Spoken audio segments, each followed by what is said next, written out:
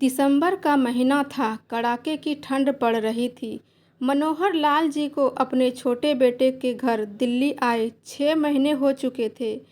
Kidney के मरीज थे मनोहर लाल जी। आज सुबह जब वे सोकर उठे तो घबरा गए, क्योंकि नींद में ही उनसे बिस्तर गीला हो गया था। तभी उनकी छोटी बहू कमरे में आई और यह सब देखकर उन पर चिल्लाने लगी, क्यों पीते हैं रात को इतना पानी कि यह नौबत आ जाए? क्यों बच्चा बिस्तर गीला करे? हम्म तो समझ में आता है। अगर बच्चा गीला करे बिस्तर तो समझ में आता है, पर यहाँ तो इस उम्र में भी छी छी छी छी छी। नाक सिकुड़ाते हुए उनकी बहू कमरे से बाहर चली गई। इधर कड़कती सर्दी में भी मनोहर लाल जी घबराहट और शर्मिंदगी के कारण पसीने से ततर बतर हो रहे थे। जल्दी से उठकर अपनी चादर को धोने लगे। वे स्वयं भी इस बात से बेहद परेशान रहते थे, लेकिन उनका भी इस बात पर बस नहीं था। जब से उन्हें किडनी की बीमारी हुई थी, तब से यह समस्या भी बढ़ गई थी। अरे क्या हुआ सुमन, क्यों चिल्ला रही हो सुबह सुबह? दाढ़ी बनाते हुए उनके पति गुलशन ने पूछा तो सुमन गुस्से से बोली, अजी देखिए तो क्या किए बैठे हैं आपके पिताजी। मैं तो तंग आ गई हूँ, लेकिन हुआ क्या, कुछ तो बताओ भी। और क्या होगा, फिर से बिस्तर गीला कर दिया है इन्होंने, लेकिन अब उनका बिस्तर साफ करना मेरे बस की बात नहीं है। आप जल्दी से अपने पिताजी का कुछ कीजिए, नहीं तो मैं यह सब छोड़कर मायके चली जाऊंगी। गुस्से से सुमन बोली तो गुलशन भी अपना सर पकड़कर बैठ गया। क्या करूं, कुछ समझ नहीं आता। एक तो अपने काम का बोझ, ऊपर से पिताजी की समस्या, और फिर तुम भी बात बात पर मायके जाने की धमकी देने लगती हो। कुछ तो सोच समझकर बोला करो। हम तो 2 बच्चों के बाप हैं। सोचना समझना अब हम तुम्हें है, मुझे नहीं। मैंने तुम्हें अपना फैसला बता दिया है। अरे तो ठीक है ना, मैं कहता हूँ भैया को फ़ोन। 6 महीने से 15 दिन ऊपर हो गए हैं, लेकिन मजाल है कि भैया कभी पिताजी को खुद लेने आए। हर बार ऐसा ही होता है, जब भी उनके पिताजी को रहने की बारी आती है, तभी अचानक या तो भाभी बीमार हो जाती है, या फिर उन्हें किसी बिजनेस ट्रिप पर जाना होता है, और कुछ नहीं तो वर्क लोड ज़्यादा होने का बहाना बनाकर बात को टाल देंगे। अब मैं फ़ोन करके उन्हें पिताजी को ले जाने के लिए कहूँगी, तो देखना कोई ना कोई बहाना बना देंगे। कहते हुए गुलशन ने फ़ोन लगाया, लेकिन दूसरी ओर से किसी ने फ़ोन नहीं उठाया। मनोहर लाल जी के 2 बेटे थे, रमेश और गुलशन। दोनों बेटे के बीच 12 वर्ष का अंतर था।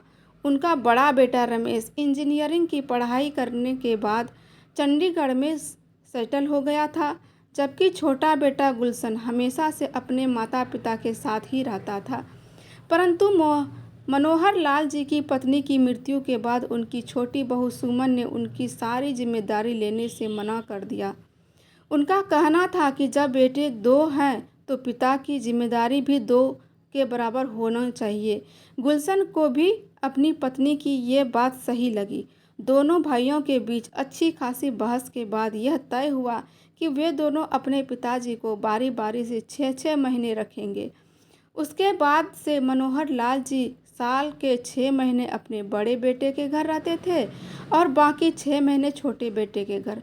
लेकिन इस बार मनोहर लाल जी का जाने का बिल्कुल भी मन नहीं था। यहाँ तो केवल उन्हें बहू की ही 4 बातें सुनने मिलती थी, लेकिन वहाँ तो बड़ी बहू के साथ साथ बड़ा बेटा भी उन पर चिल्लाने में शर्म नहीं करता था। अरे क्या हुआ, फ़ोन क्यों नहीं लगाया?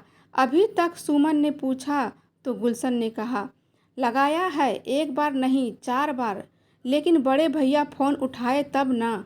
हाँ, अब वो क्यों उठाएंगे फ़ोन? जब हमारी रखने की बारी आती है तो 15 दिन पहले ही फ़ोन करके ले जाने को कह देते हैं, और आप भी तुरंत ले आते हैं पिताजी को, और जब उनकी बारी आती है तो उन्हें जैसे मानो सांप सूंघ जाता है। अब आप ही छोड़कर आइए इन्हें। लेकिन सुमन, अभी कुछ दिन मेरे पास बिल्कुल समय नहीं है। कंपनी का मैनेजर बनने के बाद मेरी जिम्मेदारियां भी बढ़ गई है। वो सब मैं नहीं जानती। आप कैसे भी करके पिताजी को वहाँ भेजने का इंतज़ाम कीजिए, नहीं तो मुझे अपनी बात मनवाने के लिए दूसरा तरीका अपनाना पड़ेगा। कहते हुए सुमन मुंह बनाकर रसोई घर में नाश्ता बनाने चली गई। जैसे ही गुलशन तैयार होकर नाश्ता करने के लिए बैठा, इस समय उसके पास उनके असिस्टेंट का फ़ोन आया। हेलो सर, आपको याद है ना, आज कंपनी में इंटरव्यू सेशन है और आप भी हायरिंग टीम में शामिल हैं। इंटरव्यू देने के लिए बहुत से आवेदन पहुंच चुके हैं। अरे हाँ, मेरे तो दिमाग से ही निकल गया था। जल्दी से नाश्ता करके गुलशन अपने ऑफिस के लिए निकल गया। एक बहुत बड़ी कंपनी में मैनेजर के पद पर था गुलशन। थोड़ी ही देर में वो अपनी गाड़ी से ऑफिस पहुंच गया। तब तक इंटरव्यू लेने वाले बाकी के प्रतिनिधि भी पहुंच चुके थे।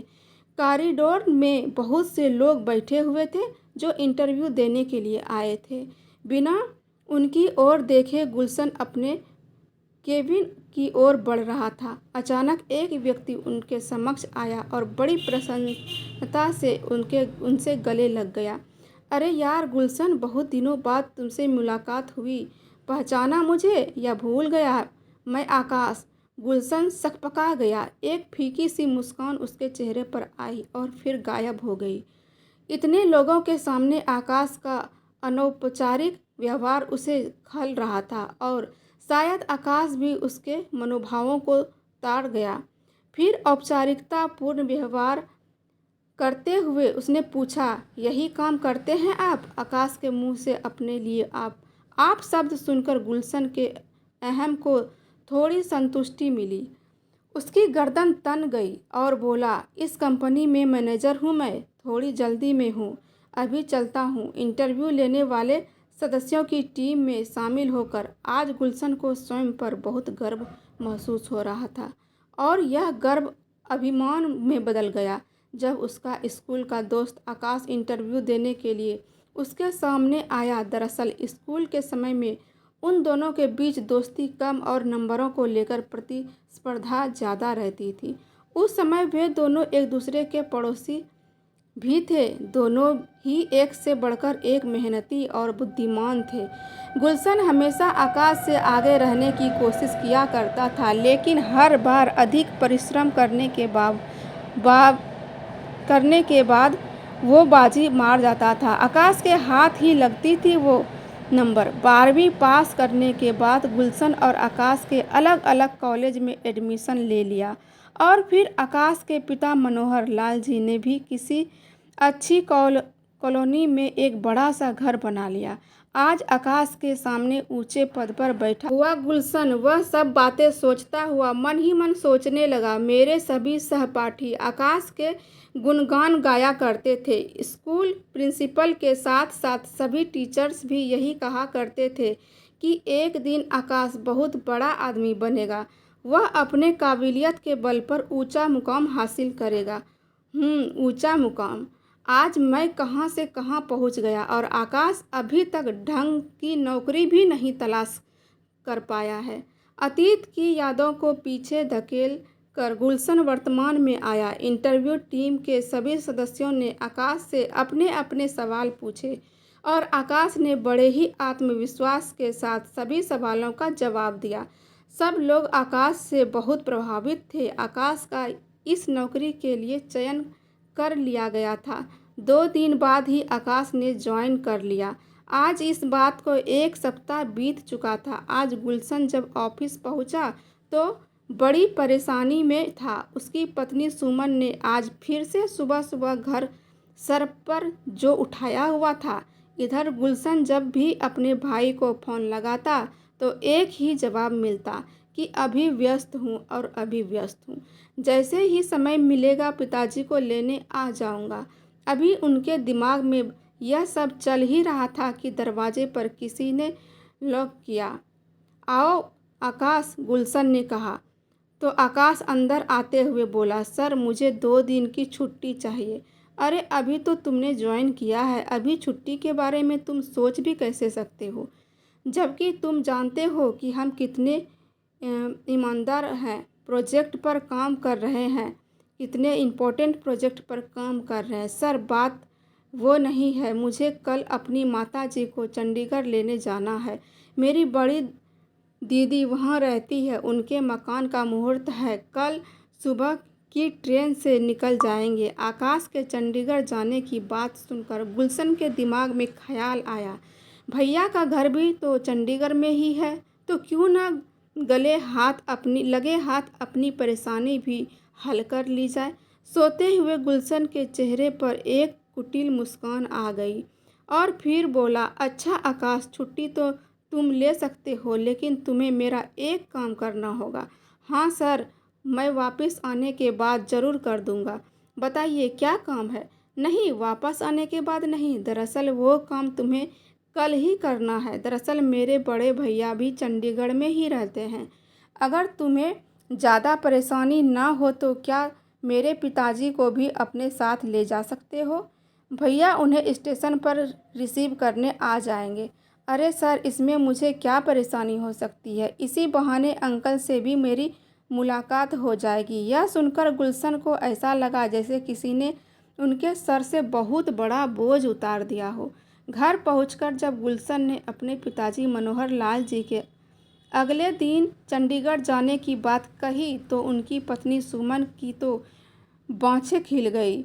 वह जल्दी से अपने ससुर जी का सारा सामान पैक करने लगी, परंतु ये सुनकर मनोहर लाल जी बेहद उदास हो गए। लेकिन किसी को उनकी उदासी या खुशी से फर्क ही कहाँ पड़ता था। अगले दिन सुबह जब स्टेशन जाने के लिए गुलशन अपने पिता का सामान गाड़ी में रख रहा था तो मनोहर लाल जी भरे हुए स्वर से बोले, बेटा गोलू, अच्छा होता कि तू ही मुझे चंडीगढ़ ले जाता, कहीं रास्ते में परेशानी ना हो। पिता के स्वर में जो उदासी थी उस पर तो गुलशन का ध्यान ही नहीं गया। ऊपर से वो खिजला के बोलता है, पिताजी, आपसे कितनी बार कहा है कि मुझे गोलू कहकर मत पुकारा कीजिए। मेरा नाम गुलशन है, आपने ही तो रखा है ना, उसी नाम से पुकारा करें।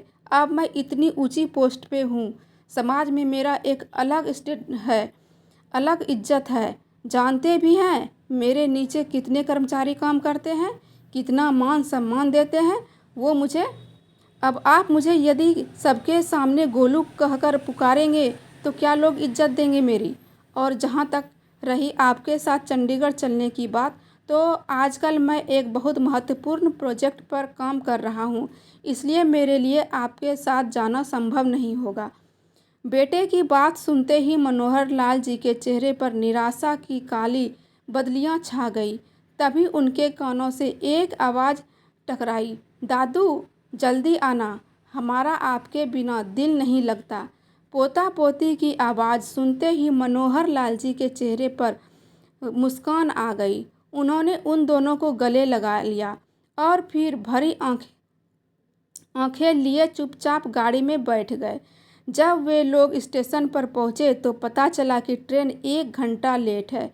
गुलशन ने देखा कि प्लेटफॉर्म पर आकाश पहले से ही मौजूद था। उसने मनोहर लाल जी को पास रखे बेंच पर बैठने को कहा और यह वहां देखते हुए गुलशन बोला, अरे आकाश, तुमने तो कहा था कि तुम वहां अपनी माताजी के साथ जा रहे हो, लेकिन वो तो कहीं दिखाई नहीं दे रही हैं। तभी आकाश के पास वाले बेंच पर बैठी हुई एक बुजुर्ग औरत की तरह इशारा करते हुए कहा, ये मेरी माँ है। उन्हें देखकर गुलशन हैरान रह गया। वो आकाश की माँ को पहचान ही नहीं पाया था। हालांकि उनकी उम्र बहुत अधिक नहीं थी, परंतु वो शारीरिक रूप से बहुत अधिक कमज़ोर और बुजुर्ग नज़र आ रही थी। पूछने पर आकाश ने बताया कि 3 वर्ष पहले उनके पिताजी और माँ एक सड़क दुर्घटना की चपेट में आ गए थे। बहुत ज़्यादा चोट लगने के कारण पिताजी का स्वर्गवास हो गया और माँ गंभीर रूप से घायल हो गई। तब से उनकी तबीयत बिगड़ती चली गई। ऊपर से पिताजी के गले चले जाने से उनके दिमाग को ऐसा सदमा लगा कि उन्हें बहुत समस्या आ गई। कहते कहते आकाश की आंखें भर आई। फिर आकाश बोला, जानते हैं सर, जिस दिन मेरे माताजी का एक्सीडेंट हुआ था उससे 2 दिन पहले ही मुझे विदेश में नौकरी का अपॉइंटमेंट लेटर मिला था। हम सब बहुत खुश थे, लेकिन पिताजी के जाने के बाद मैंने विदेश जाना कैंसिल कर दिया क्योंकि माँ को मेरी ज़रूरत थी। मुझे लगा कि मैं यहीं रहकर अच्छी नौकरी हासिल कर लूँगा, लेकिन उनके बाद कोविड का दौर आ गया और अच्छी नौकरी एक सपना बनकर रह गई। लेकिन सर, एक अच्छी नौकरी छोड़ देने का अफ़सोस मुझे बिल्कुल भी नहीं है। मेरे लिए तो इतना ही काफ़ी है कि मेरी माँ का आशीर्वाद भरा हाथ मेरे सर पर है। यह सुनकर गुलशन हैरानी से बोला, लेकिन इस हालत में तो उन्हें संभालने में बहुत मुश्किल होती होगी। दोनों भाई मिलकर संभालते होंगे। नहीं सर, मेरे भैया तो पुणे में रहते हैं। अच्छा, तो उन्हें 6-6 महीने रखते होंगे। पूछते हुए गुलशन शायद अपने मन को तसल्ली ले रहा था, परंतु आकाश ने कहा, अरे नहीं नहीं, ऐसा करने का तो मैं कभी सोच भी नहीं सकता। यहाँ तो माँ का अपना घर है, शुरू से वो यहीं तो रही है, कहीं और उनका मन कैसे लगेगा। मैं नहीं चाहता कि इस उम्र में उनकी हालत पेंडुलम की तरह हो जाए, कभी यहाँ तो कभी वहाँ। यह ख्याल भी मैं उनके मन में नहीं आने देता। पिताजी के जाने के बाद उनका कोई घर नहीं रहा, यहाँ की हम सब बोझ बन गए। और मैं तो इस मामले में बहुत खुशकिस्मत हूँ कि मेरी पत्नी तो मुझसे भी ज़्यादा मेरी माँ का ख्याल रखती है, उन्हें समझती है। आकाश की यह बात सुनकर गुलशन बोला, अरे आकाश, ज़िंदगी में इंसान को कभी कभी व्यवहारिक फैसला भी लेना चाहिए। कोई भावुकता में लिए गए फैसले अक्सर गलत साबित होते हैं और फिर अपने परिवार की जिम्मेदारियां उठाते उठाते इंसान भी थक जाता है। फिर मन में यह विचार ज़रूर आता है कि सिर्फ हम ही क्यों माँ बाप की सेवा करें, दूसरा भाई क्यों न करे। गुलशन के इस बात पर आकाश थोड़ा मुस्कुरा उठा और फिर बोला, नहीं सर, मेरा तो यह मानना है कि कोई काम मुश्किल तब लगता है जब उसे बोझ समझकर किया जाए। जब माँ बाप कभी अपने बच्चों को बोझ नहीं समझते, तो हम अपने माँ बाप को कैसे बोझ समझ सकते हैं। और सर, देखा जाए तो जाने अनजाने हमारे कर्म ही संस्कार बनकर हमारे बच्चों के माध्यम से हमारे सामने आते हैं। अगर इतनी छोटी सी बात एक इंसान समझ ले तो उनका बुढ़ापा ही संवर जाए। यह बात सुनकर गुलशन को ऐसा महसूस हुआ कि मानो आकाश ने उनके मुंह पर एक जोरदार तमाचा जड़ दिया हो। वह निःशब्द रह गया, उसका अभिमान पल भर में चकनाचूर हो गया। उसी समय ट्रेन आ गई। आकाश ने पहले मनोहर लाल जी को ट्रेन में बैठने में सहायता की और फिर अपनी माँ को सहारा देते हुए बिठाया। ट्रेन अपने हिसाब से की ओर निकल पड़ी। फिर गुलशन भी अपने ऑफिस चला गया, परंतु आकाश की बातें उनके दिमाग पर जैसे हथौड़े बरसा रही थी। उसके दिल का चैन कहीं गायब हो गया था। उसे एहसास होने लगा था कि उसके और आकाश के बीच और आज भी एक प्रतिस्पर्धा जारी है, इंसानियत की प्रतिस्पर्धा, जिसमें आकाश आज भी उससे बाजी मार ले गया। एक तरफ तो अपने मन को समझाने में लगा था कि उसने कुछ गलत नहीं किया, परंतु दूसरी तरफ दिमाग में विचारों का तूफान उमड़ते जा रहा था। आज मैं जो कुछ भी हूँ, क्या इतना बड़ा मुकाम मैंने सिर्फ अपनी मेहनत के बल पे पाया है? क्या उसमें मेरे माँ बाप की बरसों की तपस्या नहीं है? जीवन के हर कदम पर उन्होंने मुझे कुछ कर दिखाने की प्रेरणा दी। जब जब मेरी हिम्मत ने मेरा साथ छोड़ा, तो मेरे पिता के मजबूत हाथ मेरे कंधों पर थे, यह बताने के लिए कि वह मेरे साथ खड़े हैं। और आज जब वही हाथ बूढ़े हो चुके हैं, कमज़ोर पड़ गए हैं, उन्हें सहारा देने के लिए मेरे कंधे की ज़रूरत है, तो मैं उनका साथ छोड़ रहा हूँ। फिर गुलशन को वह पल याद आने लगे जब उसकी माँ अस्पताल के बिस्तर पर पड़ी अपनी कैंसर की बीमारी से जूझ रही थी। गुलशन उस समय उसके लिए खाना लेकर गया था। जैसे ही वह अंदर जाने लगा, तभी अंदर से आई आवाज़ से उसके पाँव वहीं रुक गए। पिताजी माँ के पास बैठे थे और माँ उन्हें समझा रही थी। आप परेशान मत होइए, जाना तो एक दिन सभी को है, इसमें आंसू बहाने वाली कोई बात नहीं है। तो पिताजी का स्वर गूंजा, क्या करूं कमला, मैं तुम्हारे बिना जीने की सपना भी नहीं देख सकता। कभी सोचा है कि तुम्हारे बाद मेरा क्या होगा?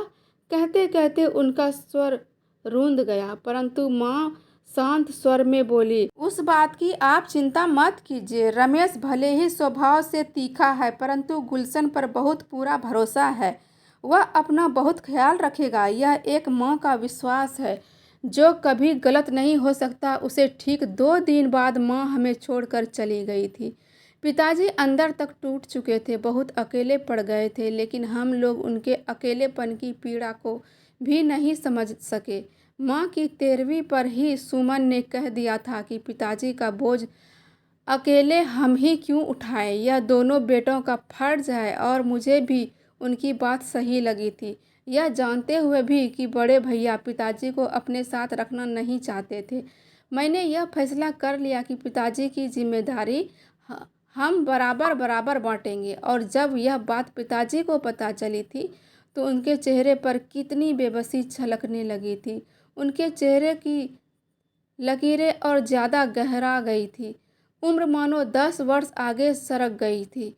उनके सभी दोस्त रिश्तेदार यही दिल्ली में तो थे जिसके सहारे वह अपना समय अच्छे से बिता सकते थे।